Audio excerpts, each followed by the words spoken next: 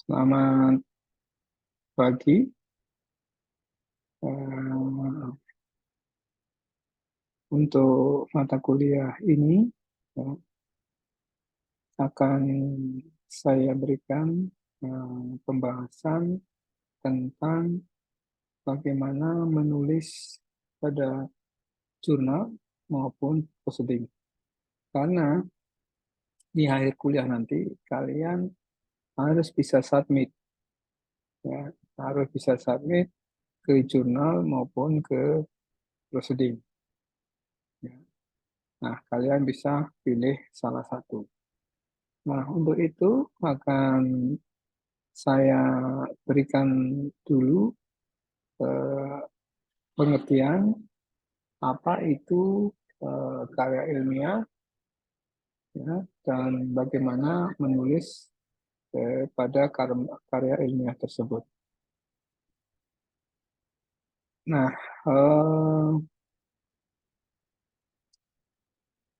di sini karya ilmiah merupakan karya tulis yang isinya berusaha memaparkan suatu pembahasan secara ilmiah. Jadi kata kuncinya adalah secara ilmiah yang dilakukan oleh seorang penulis atau peneliti. Jadi eh, di sini kata kuncinya adalah memaparkan dan secara ilmiah, pembahasannya secara ilmiah. Nah, untuk memberitahukan sesuatu hal secara logis dan sistematis kepada pembaca. Nah, ini kalian di sini akan membuat suatu jurnal, di mana jurnal itu adalah jurnal ilmiah yang isinya nanti harus logis, gitu ya, secara logis dan sistematis. Ya, jadi yang dikatakan sistematis itu seperti apa? Nanti kita akan bahas. Kemudian, karya ilmiah biasanya ditulis untuk mencari jawaban mengenai sesuatu hal dan untuk membuktikan kebenaran tentang sesuatu, ya,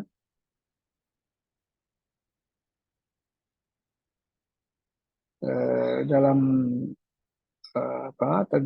terdapat di dalam objek tulisan.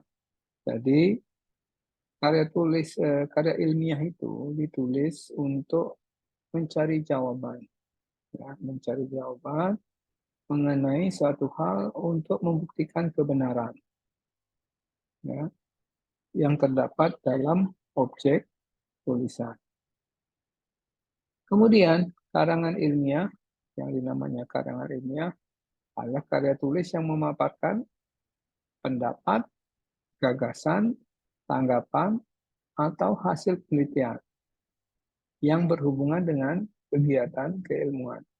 Nah, kalau kalian di sini adalah keilmuan kalian adalah di bidang IT, maka ya yang kalian paparkan adalah juga yang bidang IT. Misalkan dari teknik informatika, membahas tentang sistem jaringan, kalau dari sains data, membahas tentang eh, data engineer dan lain sebagainya.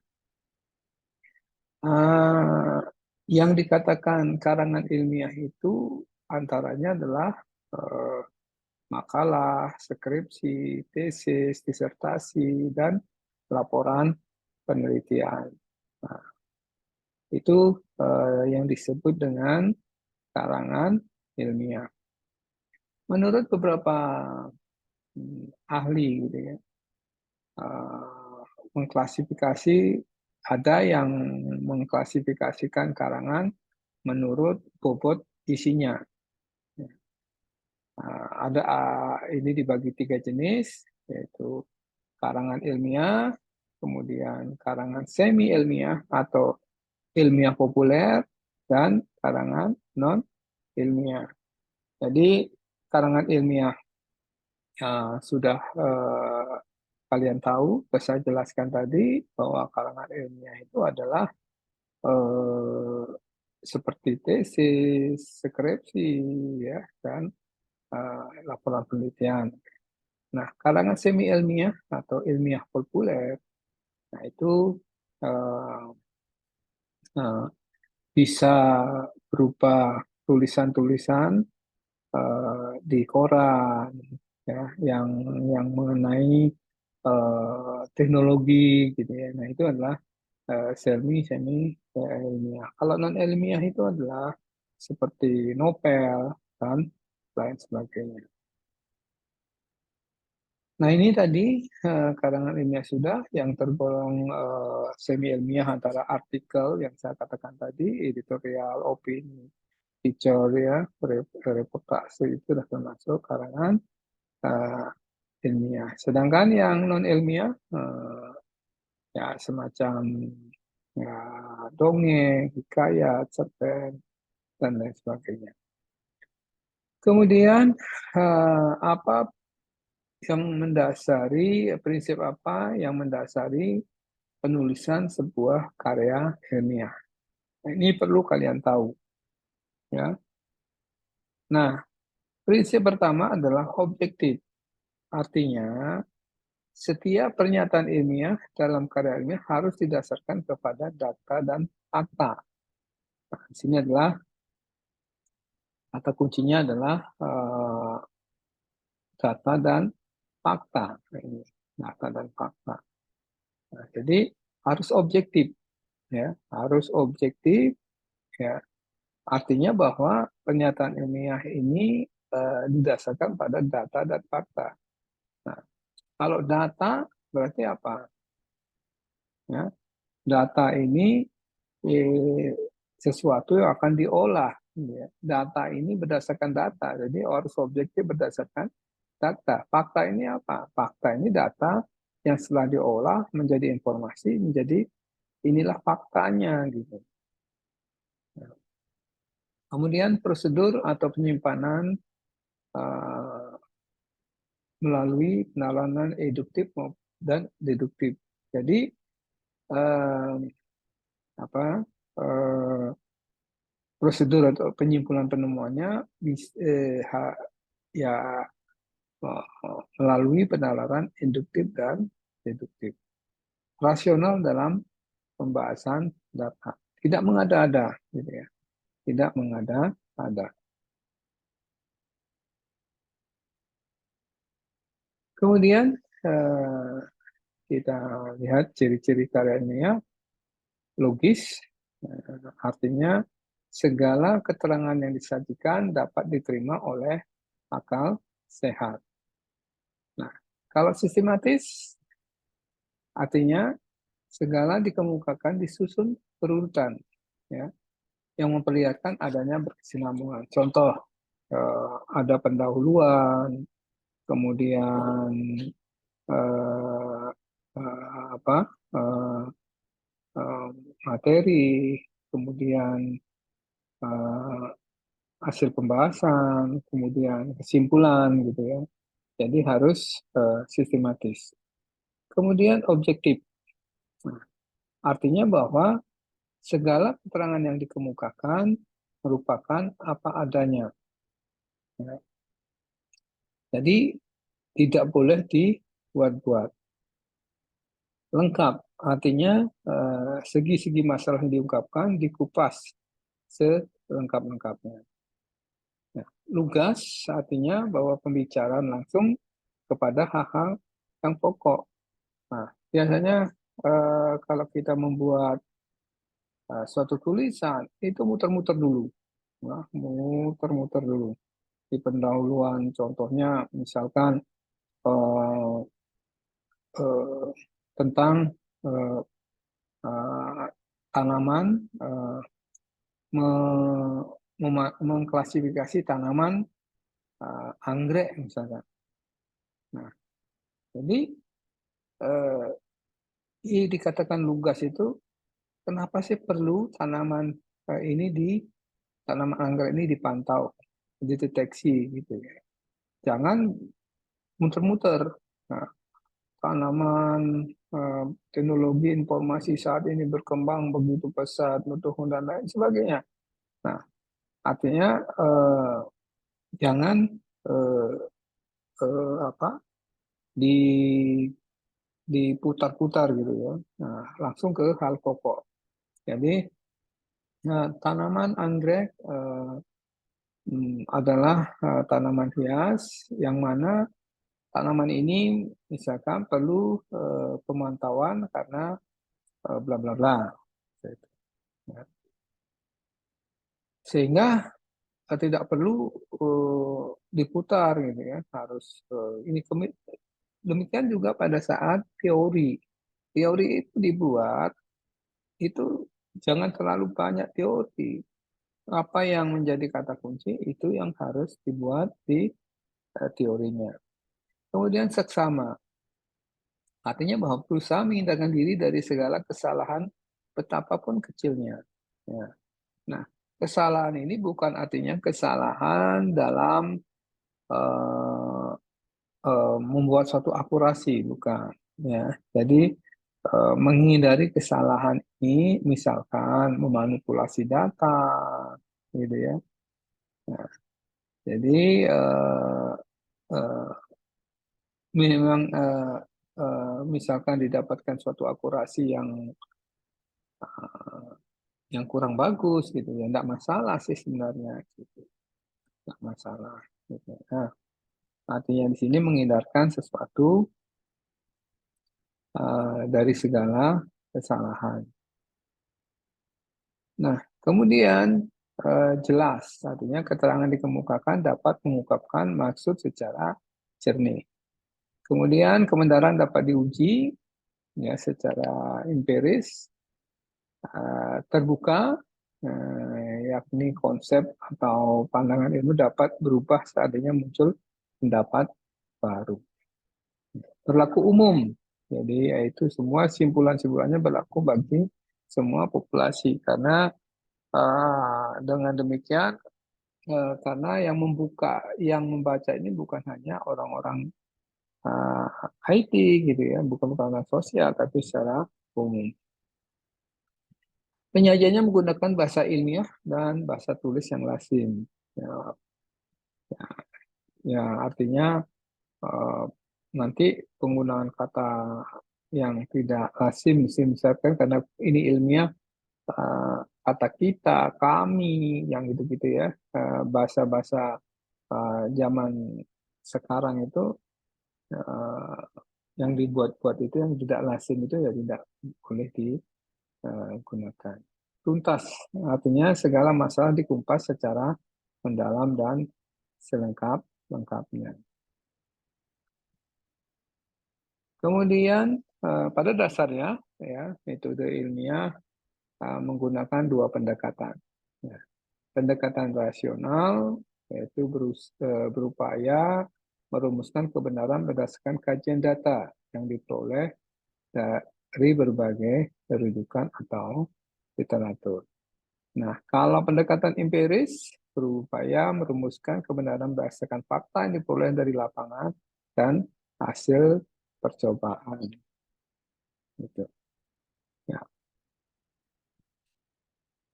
Kemudian, karangan ilmiah memiliki beberapa tujuan, antara lain memberi penjelasan, memberikan komentar atau penilaian, memberikan saran, menyampaikan sanggahan, membuktikan hipotesis. Kemarin saya sudah menjelaskan tentang hipotesis itu, ya kita membuat suatu karya ilmiah harus ada hipotesisnya. Nah, kita buktikan hipotesis itu. Contohnya kalau di bidang kita, bagaimana mengklasifikasi eh, wajah manusia ya, dengan menggunakan metode A. Gitu. Nah, itu adalah kita buktikan ya, apakah dengan menggunakan metode A itu berhasil atau tidak. Eh, secara oleh Proto Wijojo bahwa syarat-syarat karya ilmiah itu karya ilmiah menyajikan fakta objektif secara sistematis. Aplikasi hukum alam pada situasi spesifik, karya ilmiah ditulis secara cermat, benar, jujur, dan tidak terdapat rekaan. Kemudian karya ilmiah disusun secara sistematis setiap langkah direncanakan secara terkendali, konseptual, dan prosedural. Hampir sama dengan tadi yang sudah saya jelaskan. Nah, kemudian jenis karya ilmiah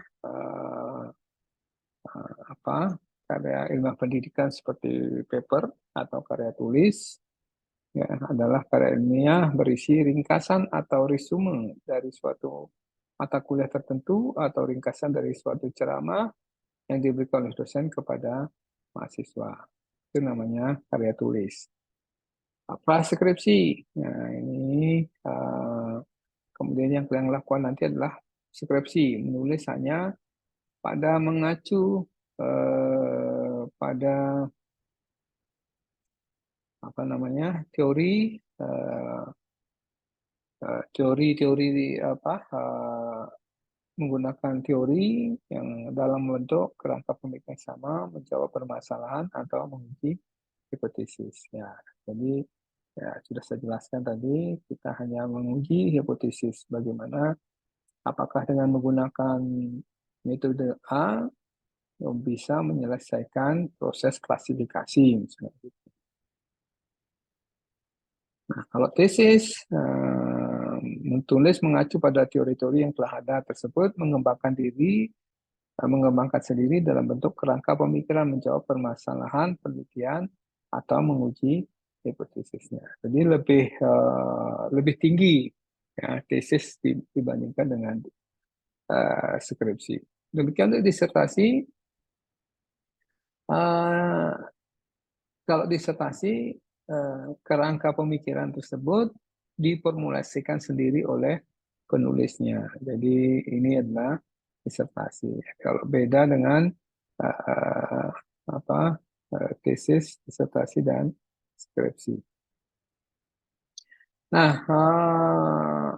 karya ilmiah penelitian ada makalah seminar, naskah seminar, ya, kemudian naskah bersambung. Ya, bentuk tulisan bersambung ini mempunyai judul dengan topik yang sama, hanya penyajian saja dilakukan secara bersambung. Kemudian laporan hasil penelitian dan jurnal penelitian. Nah, bagaimana tahap-tahap penulisan karya ilmiah? Ada tahap pra penulisan, tahap penulisan, dan perbaikan. Dalam praktiknya, proses ini akan menjadi 4 tahap. Ya, tahap persiapan, kalian adalah ketika menulis, uh, menyiapkan diri, mengumpulkan informasi, merumuskan masalah, menentukan fokus, mengolah informasi, ya, menarik tafsiran terhadap realitis yang dihadapi. Diskusi, membaca, mengamati, semua itu adalah tahap daripada penulisan ilmiah. Nah, kemudian tahap inkubasi adalah ketika penulis memproses informasi yang dimilikinya sedemikian rupa sehingga mengantarkannya pada temuan pemecahan masalah atau jalan keluar yang dicarinya. Nah, kemudian kalau tahap iluminasi adalah ketika datangnya inspirasi atau insight, yaitu gagasan datang seakan-akan tiba-tiba ya, dan loncatan dari pikiran kita. Nah, tahap akhir yaitu verifikasi. Nah, tahap verifikasi ini, apa yang kalian tuliskan sebagai hasil dari tahap iluminasi untuk diperiksa kembali. Nah, demikian tadi apa materi yang bagaimana, apa itu karya ilmiah. Nah, kita lanjutkan dengan materi bagaimana menulis pada jurnal. Ya. Nah, kalian nanti akan mengunggah, ya. Jadi diatur peraturan rektor UPN Veteran Jawa Timur bahwa kalian harus melakukan kewajiban publikasi ilmiah, ya. Hasil mahasiswa, program sarjana maupun program magister. Jadi eh, kalian harus membuat paper atau kalian harus seminar. Jadi harus membuat makalah seminar. Ini nggak perlu. Nah, memulai menulis artikel atau jurnal. Tidak terlalu mudah, namun juga tidak terlalu gampang. Jadi itu kalau kita menulis jurnal itu tidak terlalu mudah, namun juga tidak terlalu gampang. Seperti tadi saya katakan di karya ilmiah bahwa tujuannya adalah menyampaikan sesuatu. Ya. Medianya adalah jurnal sebagai bagian dari media komunikasi ilmiah, kemudian aturan mengikat, pedoman dan aturan penulisan. Nanti fungsinya adalah sebagai fungsi ilmiah, sosial, ekspresi. Nah, aspek penulisan, aspek isi, bahasa, dan aspek sajian. Nah, jadi tadi sudah saya jelaskan bahwa ciri artikel ilmiah adalah objektif, rasional, kritis, pembaharu. Nah, bagaimana proses penulisannya? Nah, tadi sudah saya jelaskan juga, ada pra penulisan, ada penulisan, dan ada pasca penulisan. Nah, pada pra penulisan itu adalah mencari bahan tulisan, kemudian membuat kerangkanya atau outline-nya. Kemarin saya menjelaskan, kalian dalam membuat apapun harus membuat kerangkanya terlebih dahulu. Outline-nya dibuat terlebih dahulu. Itu. Kemudian penulisan. Nah, kemudian kalian buat draft tulisan, ada anatomi. Kerangkanya sudah ada. Sekarang kita membuat anatominya. Kalian kerangkanya di sini ada, kemudian sekalian harus membuat anatominya.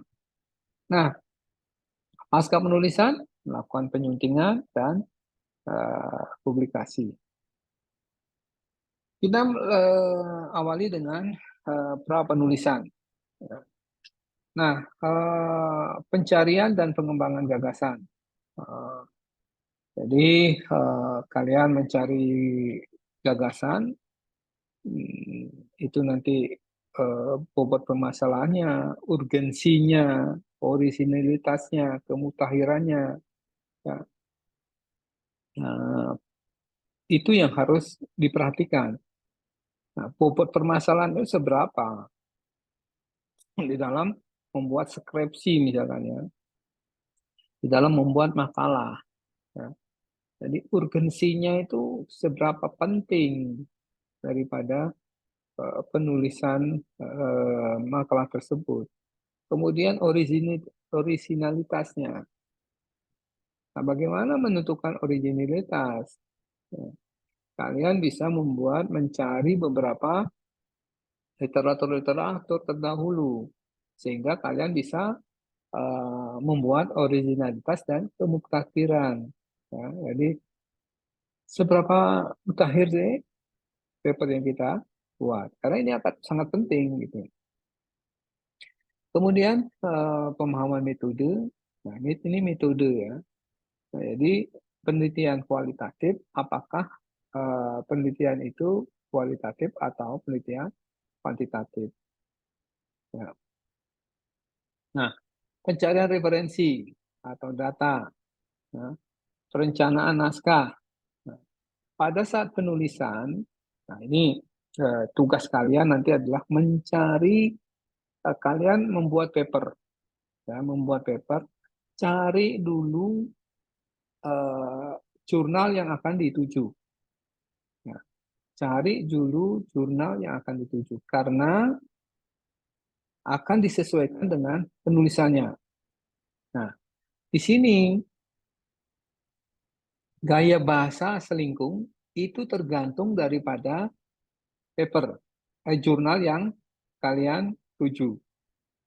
Nah, ada yang pendahuluan langsung ke metodologi, ada jurnal yang harus membahas teorinya terlebih dahulu. Nah, makanya kalian harus menentukan paper mana, jurnal mana yang kalian akan tuju. Nah, dalam gaya bahasa selingkung sebuah jurnal itu akan sesuai dengan sistem tulisannya. Kemudian cara merujuknya ada yang berdasarkan IEEE, ya, dia membuat suatu kotak gitu ya. Jadi eh, eh, misalkan seperti ini gitu ya, ini ada angka 1 gitu ya. Rujukannya ke referensi 1 gitu ya. Atau dengan menggunakan misalkan gede dan kawan-kawan, DKK meskian. Nah, itu tergantung daripada jurnal yang kalian tuju. Kemudian cara menulis rujukan. Penyajian tabel itu ada yang eh, di atas, ada yang juga di bawah gitu ya. Sama dengan eh, gambar. Ya. Kemudian penulisan identitas penulis. Macam-macam ya, tergantung daripada jurnal tersebut. Nah, kemudian kalian membuat draft tulisan. Intinya adalah kalian jangan takut menulis. Ya. Tulis saja kalian apa yang mau buat. Nah, untuk jangan takut menulis, kalian harus apa? Kalian harus udah tahu punya outline. Ya. Kalian harus punya outline. Nah, bagaimana membuat outline ini? Tadi sudah saya jelaskan. Nah, sehingga kalian tidak takut menulis. Nah, biasanya anatomi penulisannya adalah judul, nama penulis, abstrak, kata kunci, ada pendahuluan, ya, landasan teori, ya, kemudian metode, hasil dan pembahasan, simpulan dan saran, daftar pustaka. Nah, biasanya seperti ini, ya. Namun kadang-kadang ini nggak ada. Nah, di metode itu apa yang ditulis dan lain sebagainya. Nah, dalam membuat abstrak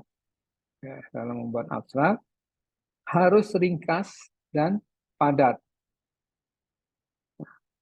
Jadi jangan terlalu banyak. Biasanya dibatasi 200 kata, 100, 300, tergantung daripada jurnal yang kalian tuju. Nah, jadi memuat, nah ini harus ada masalah atau tujuan penelitiannya. Membuat abstrak itu ada masalah dan tujuan penelitian. Kemudian prosedur penelitiannya seperti apa? Ringkasan hasil penelitian. Eh, ringkasan hasil penelitian. Biasanya satu paragraf umumnya maksimum 200 kata. Ya. Tidak ada singkatan, kutipan, tabel, gambar, merek dagang. Nah, dalam bahasa Indonesia atau bahasa Inggris. Nah ini, tolong sekali ini diingat. Di dalam abstrak tidak ada singkatan, kutipan, tabel, gambar, merek dagang, dan lain sebagainya. Ini nggak ada ini. Nah, itu kan memuat juga ini. Kalian tulislah abstrak itu sesuai ini. Masalahnya apa, prosedur penelitian seperti apa, hasil penelitiannya seperti apa. Tulis. Ya. Nah, nah, kemudian bagaimana kita membuat kata atau kata kunci. Ya, kata kunci. Nah, untuk kata kunci ini membahas adalah untuk mempermudah penelusuran artikel. Mempunyai makna yang khas dan jelas. Kata kunci ini biasanya ada 3 sampai 5 ya, kata kunci. Kemudian kata kunci itu ada di dalam judul atau bahasan. Nah, ini ya, ada di dalam judul atau bahasan. Misalkan membuat klasifikasi tanaman hias dengan metode KNN, misalkan seperti itu.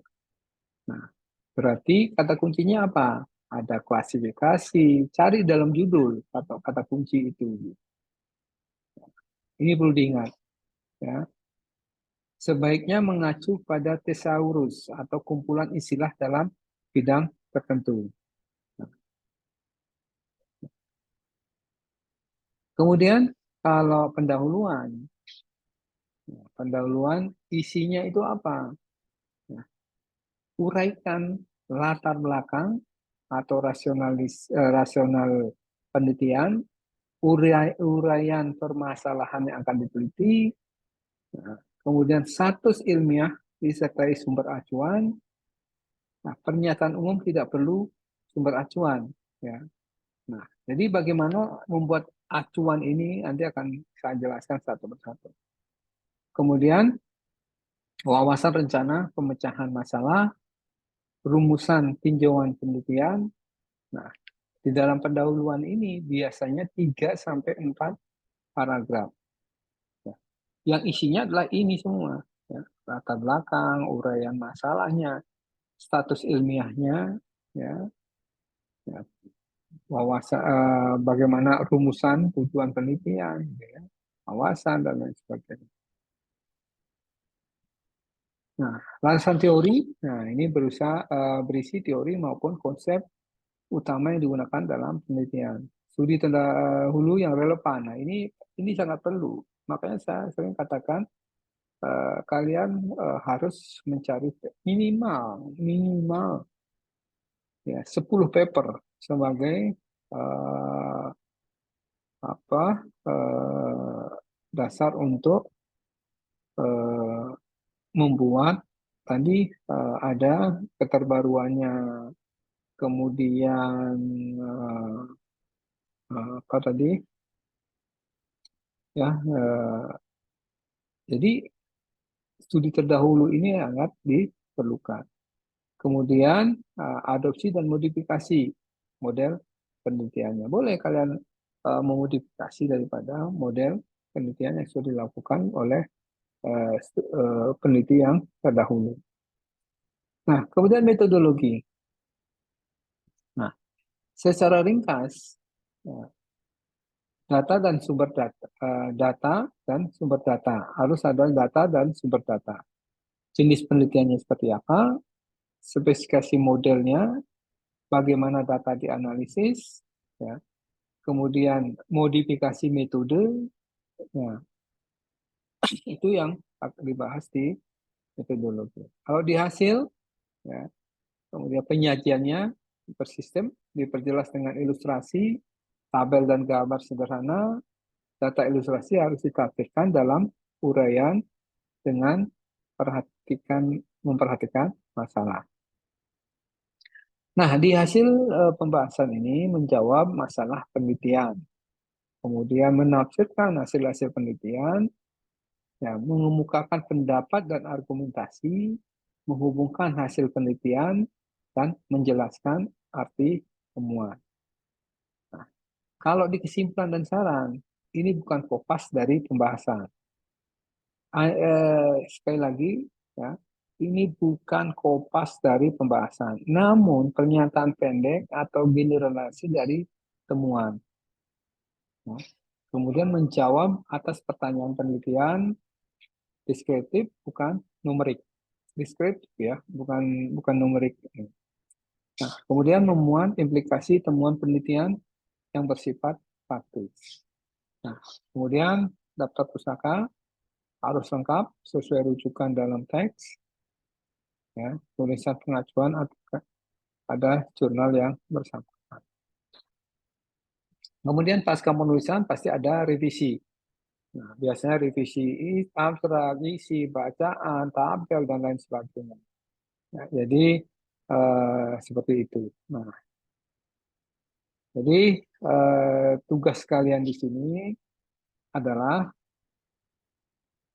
membuat suatu paper, ya, atau tugasnya adalah mencari paper, mencari jurnal yang akan kalian tuju, kemudian ambil salah satu paper, ambil salah satu paper, dan kita akan bahas. Nah, kalian harus menjelaskan satu persatu. Kalian satu persatu menjelaskan bagaimana struktur daripada jurnal tersebut. Nah, ini akan kita bahas minggu depan. Ya. Kalau ada pertanyaan, silakan tulis di kolom komentar. Nanti akan kita bahas di minggu depan. Saya kira itu. Terima kasih. Selamat siang. Salam sehat selalu buat kita semua.